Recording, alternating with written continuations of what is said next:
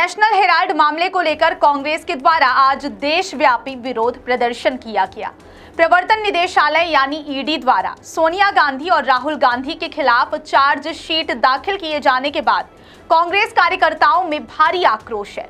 ED की कार्रवाई को दुर्भावनापूर्ण बताते हुए कांग्रेस ने आज देश भर में सड़कों पर उतरकर प्रदर्शन किया। इसी कड़ी में रीवा जिले में भी कांग्रेस कार्यकर्ताओं ने जोरदार विरोध प्रदर्शन किया और राष्ट्रपति के नाम ज्ञापन सौंपा है। रीवा सहित देश भर में कांग्रेस नेताओं और कार्यकर्ताओं ने ईडी की कार्रवाई का जमकर विरोध किया। बुधवार दोपहर कांग्रेस कार्यकर्ता सड़कों पर उतरे और केंद्र सरकार के खिलाफ जमकर नारेबाजी की। उन्होंने सरकार पर राजनीतिक बदले की भावना से कार्रवाई करने का आरोप लगाया। कांग्रेस जिलाध्यक्ष इंजीनियर राजेंद्र शर्मा ने ईडी की चार्जशीट को पूरी तरह से राजनीति से प्रेरित बताया। उन्होंने कहा कि यह विपक्ष की आवाज दबाने का एक सुनियोजित प्रयास है। विरोध प्रदर्शन के दौरान कांग्रेस कार्यकर्ताओं ने हाथों में बैनर पोस्टर लेकर केंद्र सरकार और ईडी के खिलाफ जमकर नारे लगाए। उन्होंने ईडी की कार्रवाई को लोकतंत्र के खिलाफ बताया है। नेशनल हेराल्ड मामले में ईडी की कार्रवाई और कांग्रेस के इस जोरदार विरोध प्रदर्शन ने देश की राजनीति में एक नया मोड़ ला दिया है। इस विरोध प्रदर्शन के दौरान कांग्रेस जिलाध्यक्ष इंजीनियर राजेंद्र शर्मा सहित महापौर अजय मिश्रा बाबा, सिमरिया विधायक अभय मिश्रा सहित कांग्रेस कार्यकर्ता एवं पदाधिकारी मौजूद रहे। अब देखना यह होगा कि ईडी इस मामले में आगे क्या रुख अपनाता है और कांग्रेस इस मुद्दे पर अपनी रणनीति किस तरह तैयार करती है। आइए सुनते हैं पूरे मामले पर महापौर अजय मिश्रा बाबा के साथ कांग्रेस जिलाध्यक्ष इंजीनियर राजेंद्र शर्मा को उनका क्या कुछ कहना है। तो ये ज्ञापन दिया गया है हमारी राष्ट्रीय नेता आदरणीय सोनिया गांधी, राहुल गांधी के खिलाफ जो ईडी ने मुकदमा किया है और उनके खिलाफ चार्जशीट प्रस्तुत की गई है, उसकी हम लोग घोर निंदा करते हैं और जितनी निंदा की जाए उतनी कम है। ये जो एक लाइन नरेंद्र मोदी की सरकार ने खींचा है बदले की भावना की, वो लाइन अब कांग्रेस पार्टी मिटाएगी नहीं। उस लाइन को हम आगे बढ़ाएंगे और उस लाइन में जैसे रीवा के हमारे विकास पुरुष का भ्रष्टाचार है, ज़मीनों का बेचने का भ्रष्टाचार है, समदरिया को कौड़ियों की ज़मीन देने का भ्रष्टाचार है, गुप्ता को ज़मीन देने का भ्रष्टाचार है, तमाम अवैध निर्माण के कार्य हैं, सड़क में ठेकेदारी, पुलिया में ठेकेदारी, एक एक चीज़ को लेकर अब हम लोग सड़कों में उतरेंगे और ज्ञापन देंगे और ईडी में मुकदमा दर्ज कराएंगे। पूरे देश में भारतीय जनता पार्टी के हाईटेक कार्यालय बन गए अरबों करोड़ों के।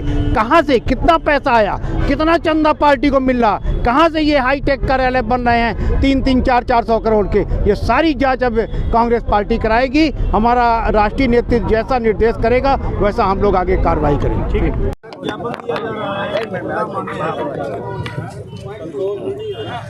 आज जिस तरीके से कल ईडी के द्वारा माननीय सोनिया गांधी और कांग्रेस पार्टी के नेता सम्मानित राहुल गांधी के खिलाफ एफआईआर दुर्भावनापूर्ण भावना से दर्ज की गई, आज उसके खिलाफ पूरे भारतवर्ष में सभी जिला मुख्यालयों में, सभी प्रदेश मुख्यालयों में हम लोग महामहिम श्री राष्ट्रपति जी के नाम एक ज्ञापन सौंप रहे हैं, जिसमें हम राष्ट्रपति से मांग करते हैं कि जिस तरीके से भारतीय जनता पार्टी की सरकार, केंद्र में बैठी हुई नरेंद्र मोदी जी के नेतृत्व में सरकार लोकतंत्र को समाप्त करने का काम कर रही है, देश की संवैधानिक एजेंसियां, चाहे वो चुनाव आयोग हो, चाहे वो ईडी हो, चाहे इनकम टैक्स हो, इसको कार्यकर्ता के रूप में इस्तेमाल कर रही है और विपक्ष की आवाज़ दबाने के लिए जिस तरीके से ये एफआईआर दर्ज करा रहे हैं। हम आपको बताएं साथियों, 193 एफआईआर 2015 के बाद भारतीय जनता पार्टी की द्वारा ईडी के द्वारा जमा कराई गई और उस 193 एफआईआर में केवल 2 मुकदमे सिद्ध हुए। मैं आप लोगों से इस बात का अनुरोध करता हूं कि लोकतंत्र का चौथा स्तंभ इस बात को ज़्यादा मजबूती से जन जन को की बात को इस तरीके से ऊपर फैलाए और ये बात बताए कि किस तरीके से भारतीय जनता पार्टी की सरकार लोकतंत्र को समाप्त करने का काम कर रही है और कांग्रेस पार्टी इसकी निंदा करती है। हम सब कांग्रेस पार्टी के लोग इसके खिलाफ हैं और पूरे देश में एक बड़ा आंदोलन चलाया जाएगा।